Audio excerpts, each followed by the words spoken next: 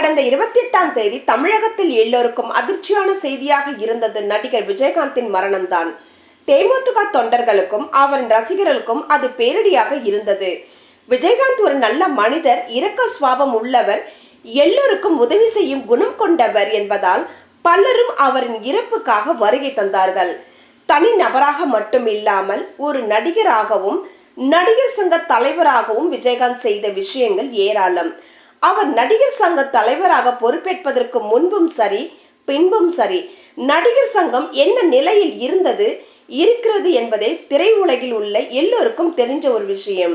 உடல்நிலை சரியில்லாத காரணத்தினால் கடந்த 8 வருடங்களுக்கு மேல் அரசியல், சினிமா என இரண்டிலுமே அவர் ஆக்டிவாக இல்லை. அவர் சரியாக பேசுவதை கேட்டு கூட பல வருடங்கள் ஆகிற்று. சினிமாவில் கணீர் குரல், அவர் வசனம் பேசும் ஸ்டைல் ரசித்த மக்கள் பேச முடியாமல் இருக்கும் அவரை பார்க்க முடியாமல் மனம் வருந்தினார்கள். AR முருகதாஸ் இயக்கத்தில் விஜயகாந்த் நடித்த ரசிகர்களிடம் வரவேற்பை பெற்ற திரைப்படம் தான் ரமணா.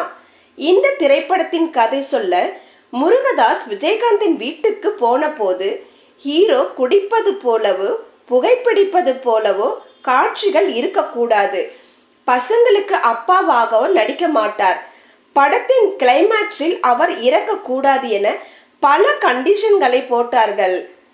ஆனாலும் படத்தின் இறுதியில் ஹீரோ இறப்பது போலவே முருகதாஸ் கதை சொல்லியிருக்கிறார். அருகில் இருந்த பிரேமலதா ஹீரோ கண்டிப்பாக சாகத்தான் வேண்டுமா என கேட்டிருக்கிறார். அப்போது இந்த கதை அதுதான் சரி என தெளிவாக அழுத்தமாக சொல்லியிருக்கிறார் விஜயகாந்த்.